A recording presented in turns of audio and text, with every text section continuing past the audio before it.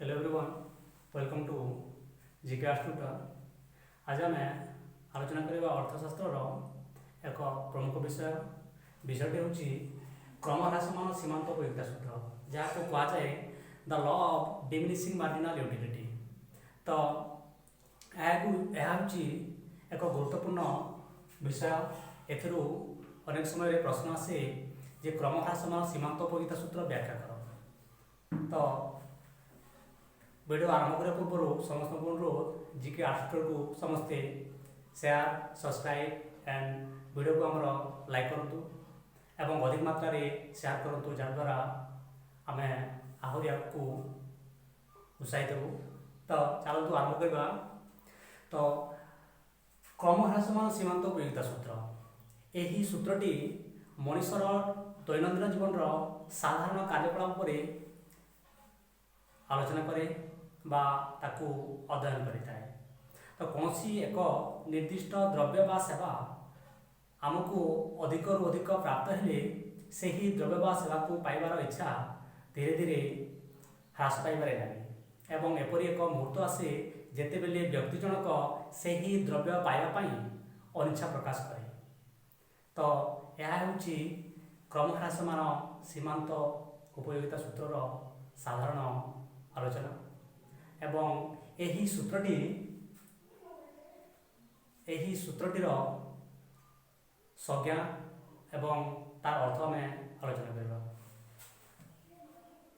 तो Alfred martial यही सूत्रर संज्ञा देवाक जाई कहिसंती जे कौनसी व्यक्ति निकट में थिबा एक निर्दिष्ट द्रव्यर परिमाण वृद्धि हेले से जो अतिरिक्त उपयोगिता लाभ करे ताहा द्रव्यटीर मोट परिमाण में वृद्धि होगा संगे संगे क्रमशः ह्रास पाए।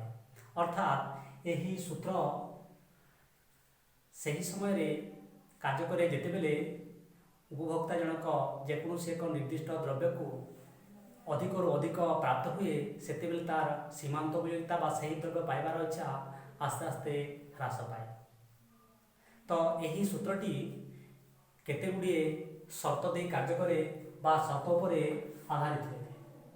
तो सूत्रर केते गुड़िए शर्त है जे उपभोक्ता मानसिक स्थिति स्वाभाविक रहिबा।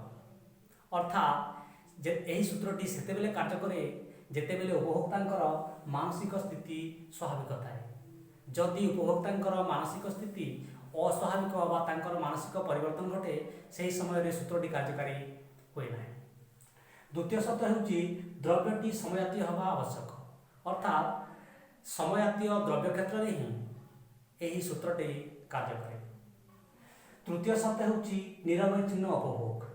द्रव्यटी उपभोग करथिला बेले से निरवच्छिन्न भाव में उपभोग करबा दरकार। अर्थात गोटे पर गोटे उपभोग करबा दरकार।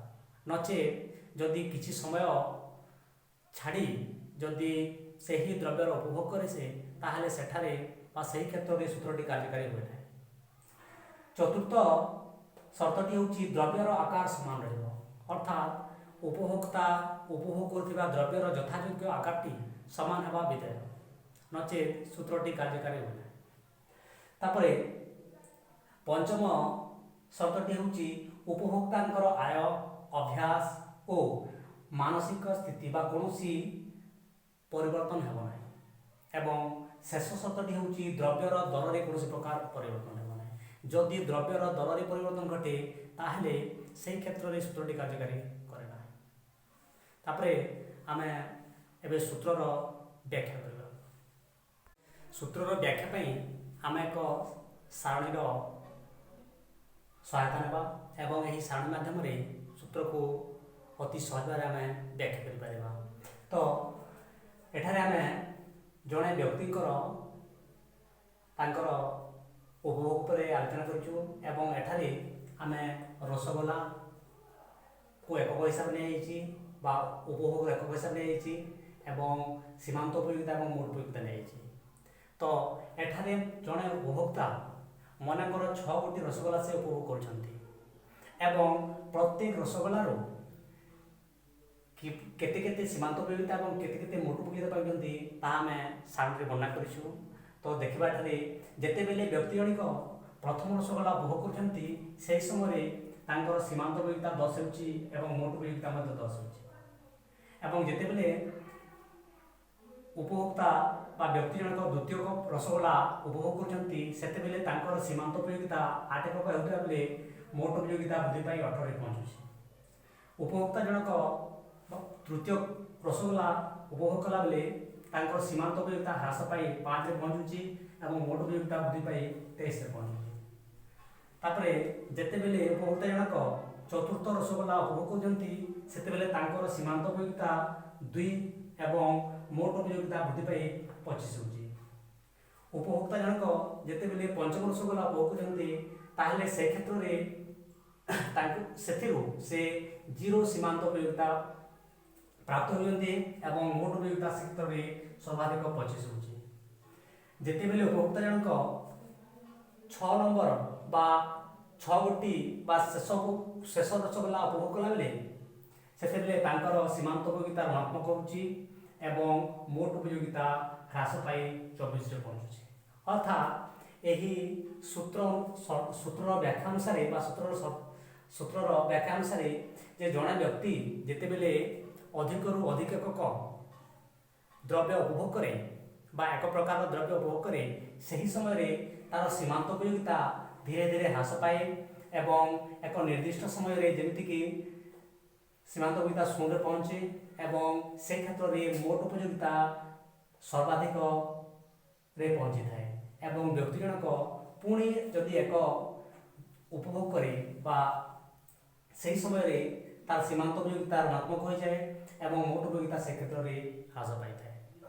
ତ ଏହି ସୂତ୍ର ସୂଚିତ କରୁଛି ଯେ ଯେତେବେଳେ ଜଣେ ବ୍ୟକ୍ତି ଯେକୌଣସି ଏକ ନିର୍ଦ୍ଦିଷ୍ଟ ଦ୍ରବ୍ୟ ଅଧିକରୁ ଅଧିକ ଉପଭୋଗ କରେ ସେ କ୍ଷେତ୍ରରେ ଦ୍ରବ୍ୟର ସୀମାନ୍ତ ଉପଯୋଗିତା ହ୍ରାସ ପାଏ ଏବଂ ମୋଟ ଉପଯୋଗିତା ବୃଦ୍ଧି ପାଏ। ସୀମାନ୍ତ ଉପଯୋଗିତା ହ୍ରାସ ପାଇ ଏକ ନିର୍ଦ୍ଦିଷ୍ଟ ସମୟରେ 0ରେ ପହଞ୍ଚିଥିବା ବେଳେ ସେ ସମୟରେ ମୋଟ ଉପଯୋଗିତା ସର୍ବାଧିକ ହୁଏ ଏବଂ ଯେତେବେଳେ ସୀମାନ୍ତ ଉପଯୋଗିତା ଋଣାତ୍ମକ ହୁଏ ସେ କ୍ଷେତ୍ରରେ ମୋଟ ଉପଯୋଗିତା ସର୍ବାଧିକ ହୋଇଥାଏ। ସୂତ୍ରଟିକୁ ଆମେ ଏକ ରେଖାଚିତ୍ର ମାଧ୍ୟମରେ ବ୍ୟାଖ୍ୟା କରିପାରିବା।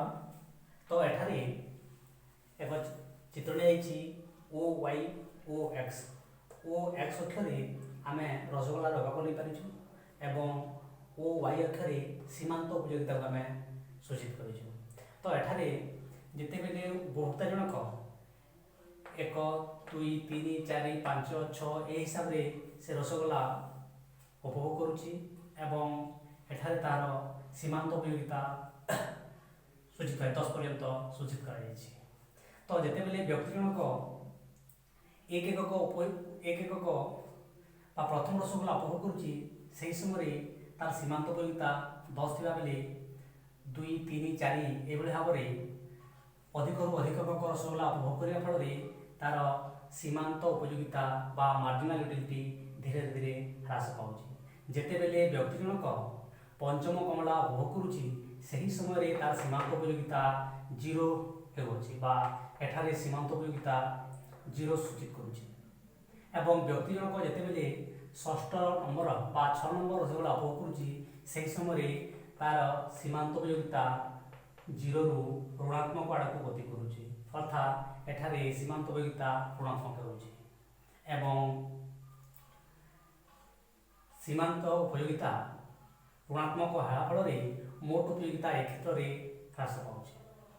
ତ ଏଠାରେ MU ରେଖାକୁ ସୀମାନ୍ତ ଉପଯୋଗିତା ରେଖା ହିସାବରେ ଗ୍ରହଣ କରାଯାଇଛି ଅର୍ଥାତ୍ ଏହି ରେଖାଚିତ୍ର ସୂଚିତ କରୁଛି ଯେ ଯେତେବେଳେ ବ୍ୟକ୍ତି ଜଣକ ଅଧିକରୁ ଅଧିକ ଏକକ ରସଗୋଲା ଉପଭୋଗ କରୁଛି ସେହି ସମୟରେ ତାର ସୀମାନ୍ତ ଉପଯୋଗିତା ହ୍ରାସ ପାଉଛି ଏବଂ ପଞ୍ଚମ ରସଗୋଲା ଉପଭୋଗ କଲା ଫଳରେ ତାର ସୀମାନ୍ତ ଉପଯୋଗିତା ଋଣାତ୍ମକ ହେଉଛି ଏବଂ ପଞ୍ଚମ ରସଗୋଲା ଉପଭୋଗ କଲା ଫଳରେ ସୀମାନ୍ତ ଉପଯୋଗିତା 0 ହେଉଛି ଏବଂ 6ଠ କମଳା ଉପଭୋଗ କରିବା ଫଳରେ ସୀମାନ୍ତ ଉପଯୋଗିତା ଋଣାତ୍ମକ ହେଉଛି। ତାପରେ କ୍ରମହ୍ରାସମାନ ସୀମାନ୍ତ ଉପଯୋଗିତା ସୂତ୍ରଟି ତାର କେତେ ଗୁଡ଼ିଏ ସୀମାବଦ୍ଧତା ମଧ୍ୟ ରହିଛି ଯେଉଁ କ୍ଷେତ୍ରରେ ସୂତ୍ରଟି ଆଦୌ କାର୍ଯ୍ୟକାରୀ ହୁଏ ନାହିଁ। ତ ପ୍ରଥମ ସୀମାବଦ୍ଧତା ହେଉଛି ଯେ ଯେତେବେଳେ ବ୍ୟକ୍ତି ଜଣକ ବିଚାର ବୁଦ୍ଧି ସମ୍ପନ୍ନ ସ୍ୱାଭାବିକ ବ୍ୟକ୍ତି ହିସାବରେ କଳ୍ପନା କରାଯାଏ, ସେଠାରେ ଆମେ ଉଦାହରଣ ଦେଇପାରିବା ଯେ କବି, ଦାର୍ଶନିକ, ମଦ୍ୟପ ଭଳି ଅସ୍ୱାଭାବିକ ବ୍ୟକ୍ତିମାନଙ୍କ କ୍ଷେତ୍ରରେ ଏହି ସୂତ୍ରଟି ଆଦୌ କାର୍ଯ୍ୟକାରୀ ହୁଏ ନାହିଁ। ଏବଂ କ୍ରମହ୍ରାସମାନ ସୀମାନ୍ତ ଉପଯୁକ୍ତା ସୂତ୍ରଟି ମୁଦ୍ରା କ୍ଷେତ୍ରରେ ମଧ୍ୟ କାର୍ଯ୍ୟକାରୀ ହୁଏ ନାହିଁ, କାହିଁକି ନା ଯେ ମୁଦ୍ରାର ସୀମାନ୍ତ ଉପଯୋଗିତା କେବେ ହେଲେ ହ୍ରାସ ପାଏ ନାହିଁ। ସେହିପରି ଆହୁରି ଅନେକ କ୍ଷେତ୍ରରେ ଯେମିତିକି ଆମେ ଉଦାହରଣ ଦେଇପାରିବା ଯେ ଯାହାକୁ କୁହାଯାଏ ସବଷ୍ଟିଚ୍ୟୁଟ୍ ଗୁଡ୍ସ ବା ପରିପୂରକ ଦ୍ରବ୍ୟ ବା ସ୍ଥାନାପନ୍ନ ଦ୍ରବ୍ୟ କ୍ଷେତ୍ରରେ ମଧ୍ୟ ଏହି ସୂତ୍ରଟି ଆଦୌ କାର୍ଯ୍ୟକାରୀ ହୁଏ ନାହିଁ। ତ ଏ ଥିଲା କ୍ରମହ୍ରାସମାନ ସୀମାନ୍ତ ଉପଯୁକ୍ତା ସୂତ୍ରର ବ୍ୟାଖ୍ୟା।